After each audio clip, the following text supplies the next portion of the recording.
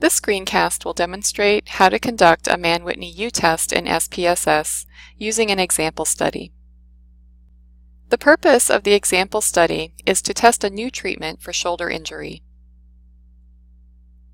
The alternative hypothesis, or what we believe will happen, is that the treatment group will have greater forward flexion range of motion than the control group at the end of the study.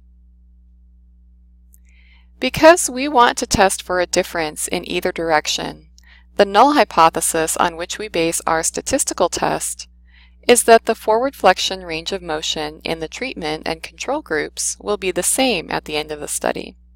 This is what we seek to reject with our statistical testing. We have two independent groups in our study, and ideally we would like to compare the mean range of motion between these two groups using an independent samples t-test, which is a parametric test. However, we have to consider whether we have met the assumptions for a parametric test, and one of the important first steps is to test the outcome for normality. In this case, we've tested the outcome for normality and have found that the forward flexion range of motion is not normally distributed, and therefore we should rely on a non-parametric test. This is the SPSS output that shows the results of the explore function and the tests of normality. From this we can see that for forward flexion range of motion, both the Kolmogorov-Smirnov test and the Shapiro-Wilk test are significant. This means that we have to reject the null hypothesis that the variable is normally distributed. In determining an appropriate non-parametric test, it's helpful to think about what parametric test the non-parametric test is analogous to. In our example, we want to compare the means of two independent groups.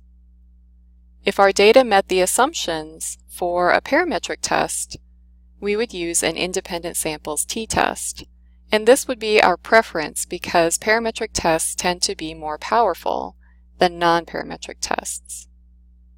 However, our outcome was not normally distributed. Therefore, we must choose a non-parametric test. We can see from this chart that the analogous non-parametric test for an independent samples t-test is a Mann-Whitney U-test. These are the study data in SPSS. This is the grouping variable. 0 indicates the control group. 1 indicates the treatment group. Our dependent variable, or outcome, is forward flexion range of motion, which is shown here. To run the Mann-Whitney U-test, we click on Analyze, Non-Parametric Tests, Legacy Dialogues, and in this case we are comparing two independent groups, so we click on that option. The test variable is going to be the dependent variable, or the outcome. So this is forward flexion range of motion for this example. The grouping variable represents the two groups that we're comparing. And we must tell SPSS what the group values are. We just looked in our data set and 0 and 1 were the coded group values. We can see that Mann-Whitney U-test is the default, and so we're just going to click OK. And we have our results. What this shows us is the number in each group, the treatment and control, and then it shows us the mean rank in the treatment and control group. The Mann-Whitney U-test combines all the scores across groups and rank orders the scores and then tests the difference between the sum of the ranks. That's why we have a mean rank reported instead of a mean. It's not working off of the mean like a t-test does.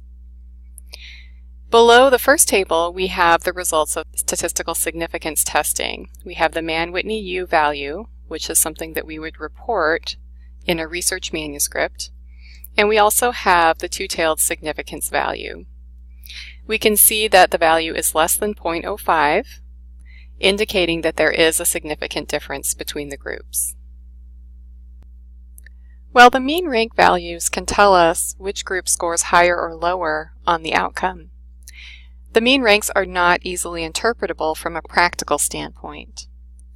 Therefore, I'm going to ask SPSS to split the file and organize the output by study group status. Then I'm going to ask SPSS to run the explore function, and I will run that on the outcome, which is forward flexion range of motion. This will give me a lot of information, and one of the key things I'd like to look at is the median. I can see that this is the control group. The median range of motion at the end of the study was 52 degrees for the control group. If I scroll down, I can then take a look at the treatment group, and I can see that the median range of motion at the end of the study for the treatment group was 83 degrees. The median is a value that is easily interpretable, unlike the mean rank.